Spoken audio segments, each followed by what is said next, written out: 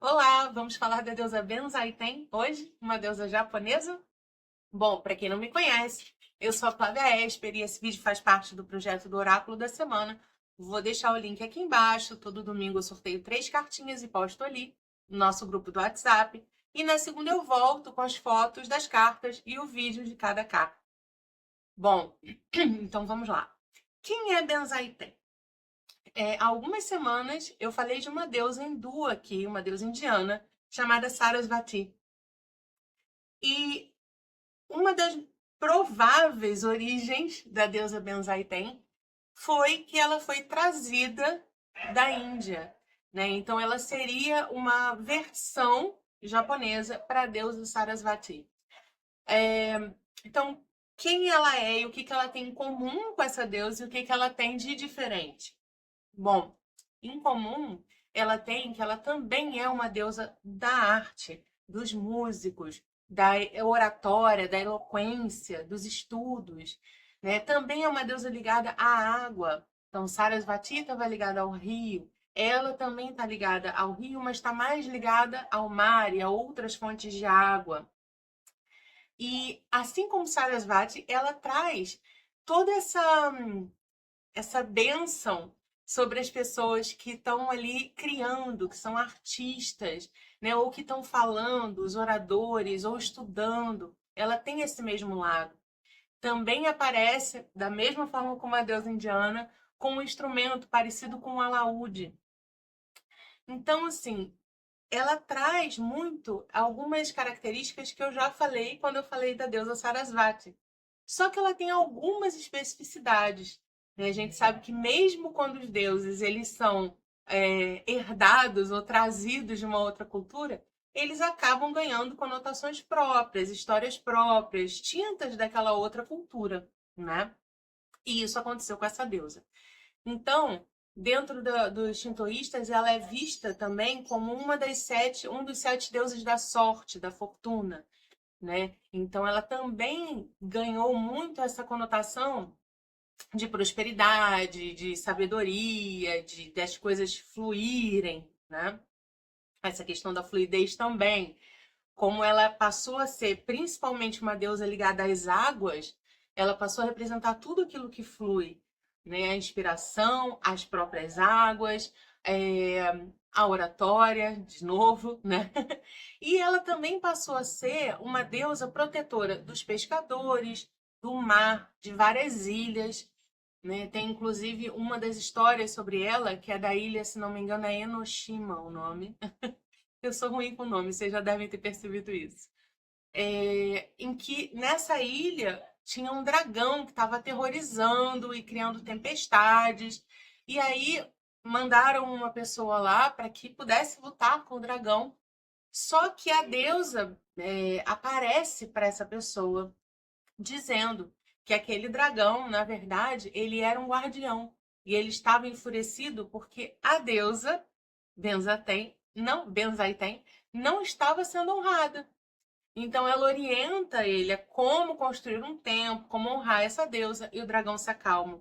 E por conta dessa história, ela também está relacionada, Benzaiten ou Benten, ao dragão ou à serpente branca, né? Então passou a ser também um símbolo, um dos símbolos ligados a ela.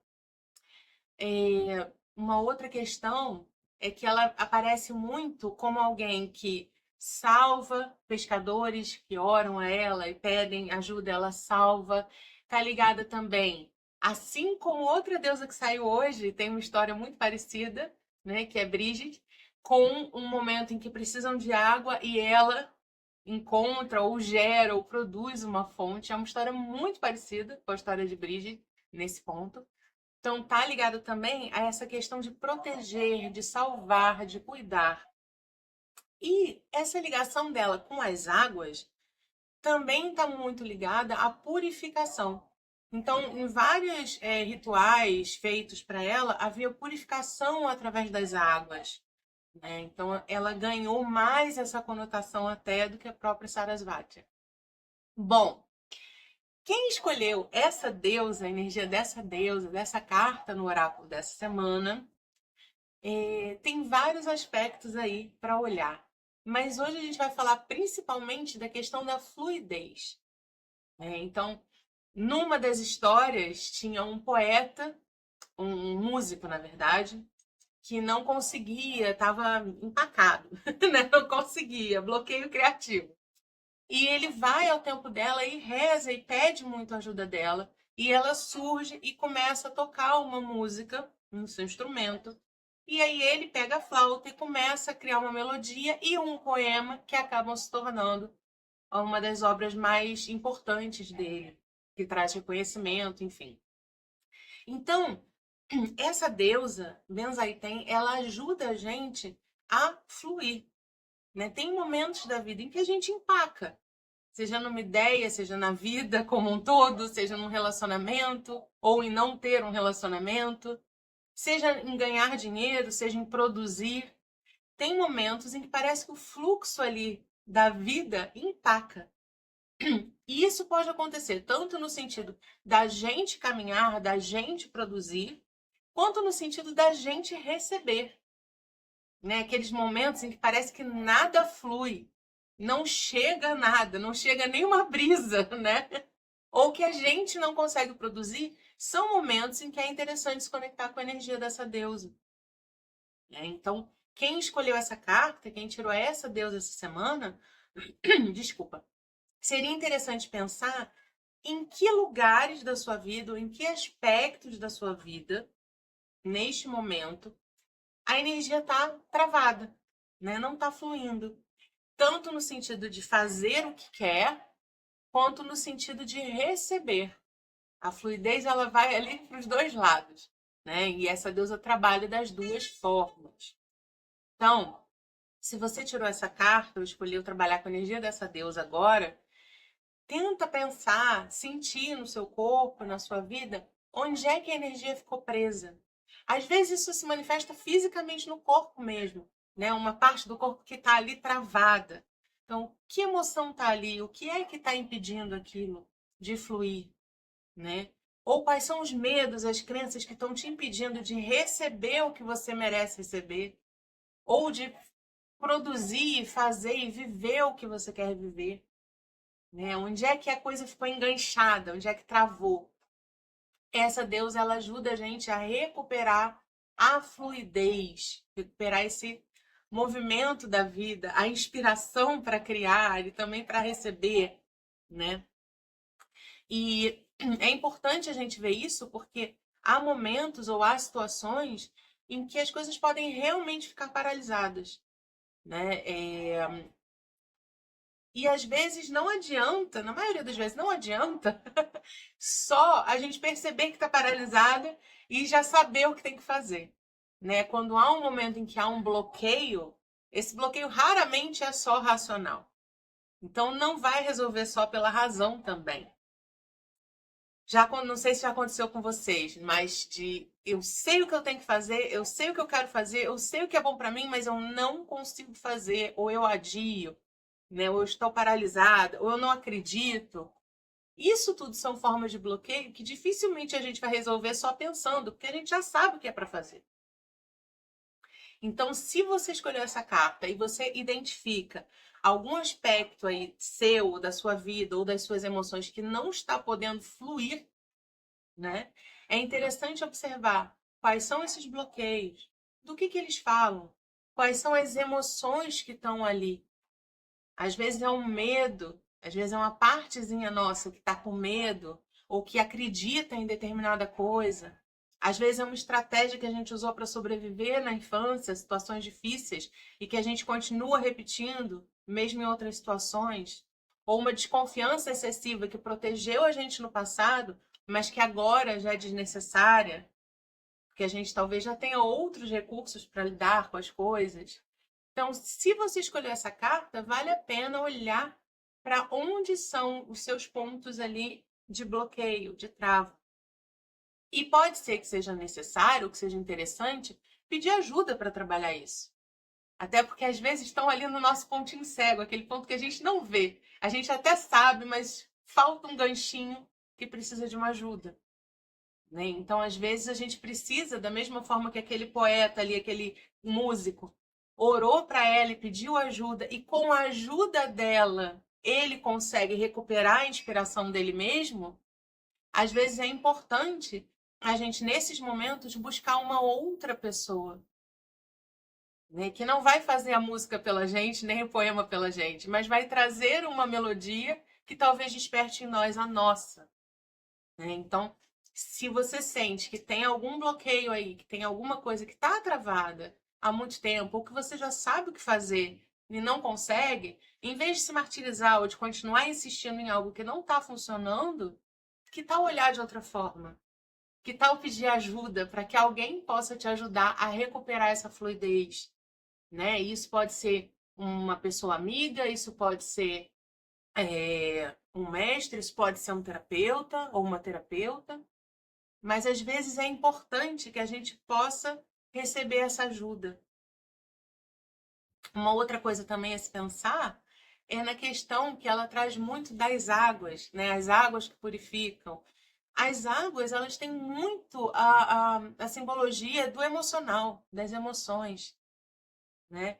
Então, como é, assim, quais são as emoções que precisam recuperar a fluidez, que precisam ser limpas, que precisam ser expressas, dar vazão, para que elas possam seguir seu caminho, né? Às vezes é um luto, às vezes é uma raiva, às vezes é uma tristeza, um apego.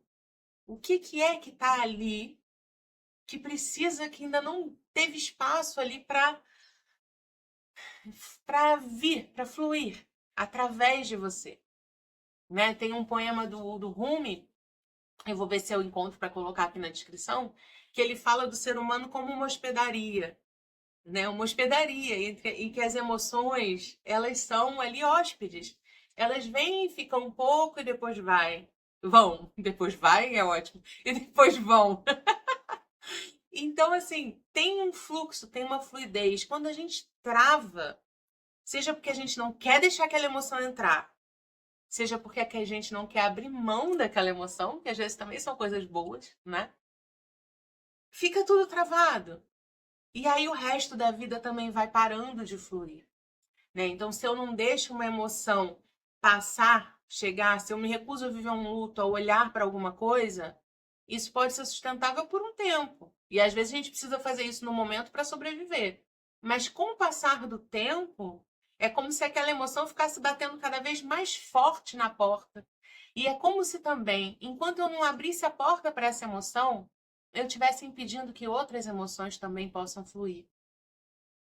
Da mesma forma, se eu estou muito apegada a alguma situação boa que acabou, que já não faz mais sentido, e eu não deixo esse hóspede ir embora da minha hospedaria, né? Essa situação passar, ou essa emoção passar através de mim ir embora, eu também interrompo o fluxo da vida, eu interrompo o fluxo das outras emoções. Eu não me permito viver outras coisas, né? Então, essa deusa, ela fala muito da fluidez também das águas, das emoções.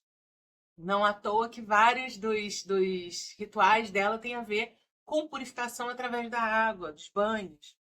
Então, uma coisa que pode ajudar quem estiver precisando entrar em contato com essa fluidez é um banho mesmo. Um banho de mar, um banho de rio, um banho de cachoeira, um banho de ervas, né? Esse contato com a água, essa sensação de limpeza, de fluidez, como se as emoções estivessem ali também se movimentando, né? O movimento também, fazer movimentos mais ligados à água, mais lentos, mais circulares, né? Pode ajudar também a movimentar um pouco essa energia. Então, se você escolheu essa deusa, vale a pena olhar com muito carinho, né? Não é com culpa, com raiva, né? Mas com muito carinho, quais são aqueles pedacinhos seus que estão paralisados e que precisam de atenção para que possam fluir, né? E cuidar deles como a gente cuida de uma criança pequena com muito medo, né?